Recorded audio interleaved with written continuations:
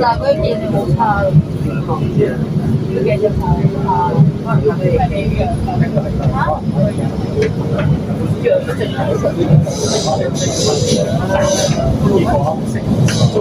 好人嚟嘅，你可以講佢係好人。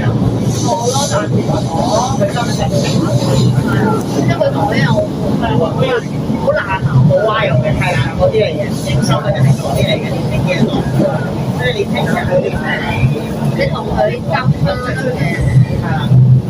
即係成日同佢換券咯，即係嗰啲係。你有咩就同我講啦，有佢啦，係好廢話，你講廢話，你有咩嘢係廢話？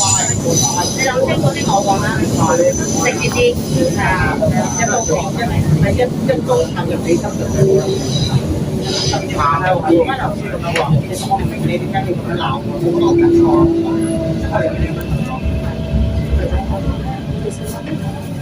即係唔好講嘢，係啦，唔好講佢係咁問你，你哋邊講？如果你好好，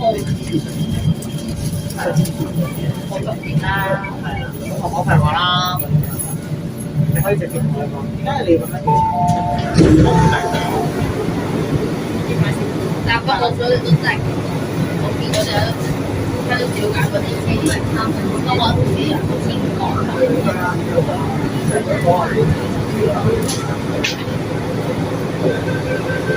我先收到你，你又想講，你係想嚟簽？我幫緊你。收到。嗰 Suki 我一個同一間都啲人教我哋打。哦，我嗰日去好似有個妹都因為佢我見高層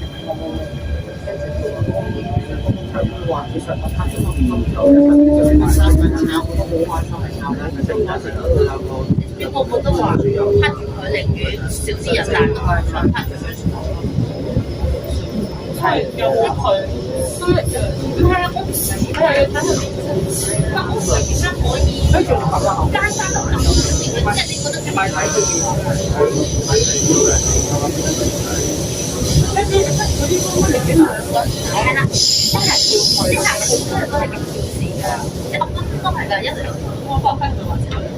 咁又好嬲啊！因為佢即係考嗰啲即係面前，即係考唔係嗰啲咧，即係考嗰啲面前講話，搞咁樣即係搞啊，我話有調我啊，有調我啊，咁我以為使咁多班，好似係要俾人炒嘅，即係以為係得同學，因為有問題嘅，你係咪有工作啊？你冇工作，跟住佢有錢用啊，係啲人就冇工啊，係因為。啊！以為有嘅，因為阿伯同佢都話：屌，以為如果真係喺度玩鳩佢嘅，因為有應承，呢樣有應承佢要調走佢嘅嘛，但係調嚟調去，咁咪今個月調嚟都唔肯調走，跟住去到下個月都未調走嘛，佢就好多時候每一次以為同佢，佢都同以為同佢幾調走佢，真係要佢走佢啦，因為佢唔走，有2-3個全職都想幫人辭職啊，有幫成包括個主任都想辭職啊，即係佢經常都好撚忙，佢都想辭職啊，就係因為佢係啲細佬都唔一樣啊，佢都有幾大嘅炮啊，啲兼職我都唔理，係咯，佢點解可以做到咁？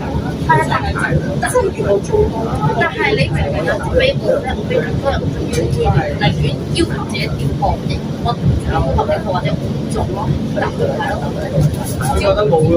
照排到好唔好，但係成間都唔中意佢，因為錯嗰個佢覺得。我其實覺得咧，舒淇嗰個價咧，嗰條線咧，嗰條線啊，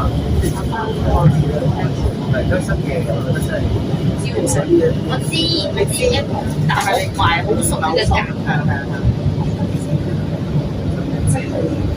成日都有㗎嘛，其實我冇錯㗎。但係一步都會同我哋玩得埋㗎啦，即係都看到部分人，但係點解佢一部分人都做到咧？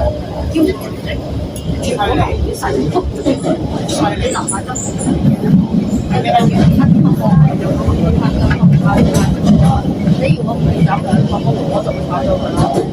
跟住呢個就開課嗰陣已經做咗最後嗰個條件佢就用跟住即係阿專就話你如果擺喺度，我做佢嘅係啦，跟住入邊嗰度都調教人睇3個咁樣啦。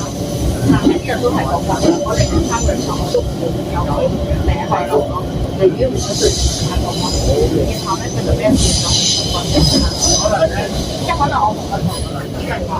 我過埋啲星期就跟住就每星期買俾你，就升咗佢就行曬條街。